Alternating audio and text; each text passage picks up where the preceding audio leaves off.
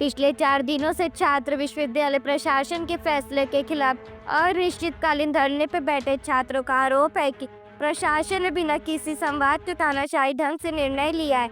वे चाहते हैं कि पहले की तरह सत्र 2025-26 में प्रवेश परीक्षा के जरिए दाखिल पेड शीट की संख्या 50% घटाकर 33% की जाए और फीस वृद्धि जैसे छात्र विरोधी नियम वापस लिए जाए। धरने में रविंद्र पटेल, शिवम यादव, आशीष गोस्वामी, जतिन पटेल, करण प्रजापति, आशीष मौर्य, आकाश सोनकर समेत कई छात्र शामिल हैं।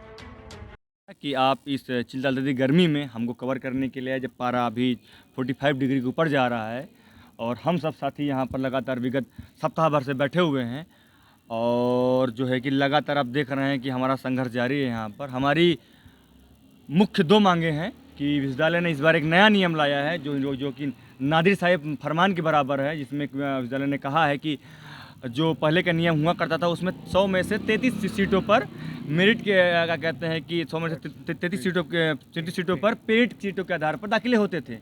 100 में 33 सीटों पर पेड सीटों पर दाखिले होते थे, लेकिन विश्वविद्यालय ने अब मनमानी तरीके से उन सीटों को बढ़ाकर 50% कर दिया है। अर्थात अब उन 100 सीटों में से 50 सीटें पेड सीट की होंगी।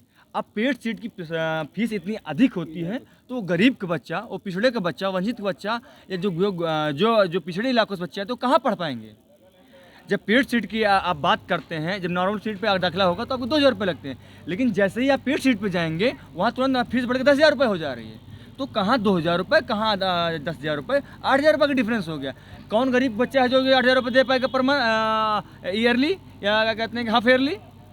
और उसके बाद जब पूरे भारत में या यूँ कहा जाए पूरे विश्व में जो जितने भी लोकतांत्रिक देश हैं या फिर जो भारत में जितनी बड़ी बड़ी यूनिवर्सिटियाँ हैं, जो राज्य स्तरीय के विश्वविद्यालय हैं, वहाँ पर जो है कि इंट्रेंस एग्ज़ाम के बिहाफ पे दाखिले लिए जा रहे हैं। और एक नादिर शाही फरमान ये आया हुआ है यहाँ पर कि नहीं अब हम कक्षा 12 की मेरिट के आधार पर दाखिले लेंगे। ये कहाँ का नियम है भाई? क्या चाह रहे हैं? हाँ, आप क्या चाह रहे हैं? हम चाह रहे हैं भैया, हम चाह रहे हैं कि तत्काल प्रभाव से ये दोनों फैसले वापस लिए जाएं। जो इन्होंने 33% सीटें जो हैं, जो पेड सीट के बढ़ा के 50% कर दी हैं, उनको तत्काल प्रभाव से वापस लिया जाए। वो 50% नहीं, उसको 33% ही रखा जाए। और जो सीटों का जो फीस वृद्धि की गई है उसको भी अगर वापस किया जाए। वर्तमान समय में बच्चा फीस नहीं दे पा रहा, उसको बढ़ा के 10,000 रुपये कर दे रहे हैं। दूसरी मांग हमारी ये है, जिन्होंने कहा है कि मेरिट के आधार पर लेंगे। आप क्या यूजीसी ने आपसे कहा है मेरिट के आधार पर लीजिए? क्या आप राज्य स्तरीय किसी क्या कहते हैं संस्था ने आपसे कहा है कि नहीं मेरिट के आधार पर लीजिए? आप ऐसा क्यों कर रहे हैं?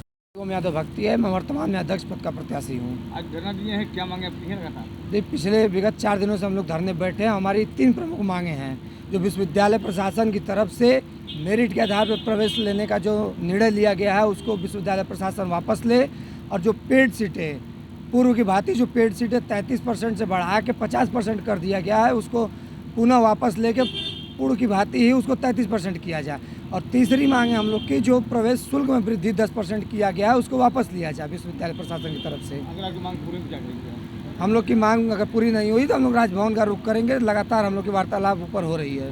कितने दिन धरना चल रहा है? आज ये धरने का 4था दिन है। जो है गर्मी में चल रहा है, गर्मी चल रहा है, धरना दे रहे हैं। इतनी भीषण गर्मी में धरने देने के बाद भी विश्वविद्यालय प्रशासन के कान में जू तक रखने का काम नहीं कर रहा है। यहाँ बच्चे धरने पे बैठे हैं, कुलपति जी 3 दिन से यहाँ आ रहे हैं, इस सामने से गाड़ी से बैठ के एसी में निकल जा रहे हैं, लेकिन छात्रों की तरफ देख तक नहीं रहे हैं। ये तानाशाही रवैया विश्वविद्यालय प्रशासन का हमेशा से रहा है छात्रों के प्रति। अच्छा, कितने बच्चे होंगे जो कितने बच्चे होंगे ऐसे लगभग धरने पे? हाँ, कितने बच्चे होंगे जो सभी बच्चे होंगे जो नव प्रवेशी बच्चे होंगे। विश्वविद्यालय में हर वर्ष कम से कम 8 से 10,000 बच्चों का एडमिशन होता है, और जितने बच्चे एडमिशन लेंगे सारे बच्चे इससे प्रभावित होंगे, और वही बच्चे नहीं होंगे प्रभावित। बहुत सारे अच्छे ऐसे बच्चे होंगे जो CBSE हो गया, यूपी बोर्ड, इन सभी के रिजल्टों में डिफरेंस आता है। और जिन बच्चों का किसी कारणवश हो सकता है कि 12th में अच्छा ना कर पाया हो और वो आगे चल के अगर इंट्रेंस के बेस पर एडमिशन होता है तो हो सकता है कंपटीशन में अच्छा करे। इससे ऐसे गांव घर गरीब के बच्चे भी प्रभावित होंगे, आर्थिक रूप से भी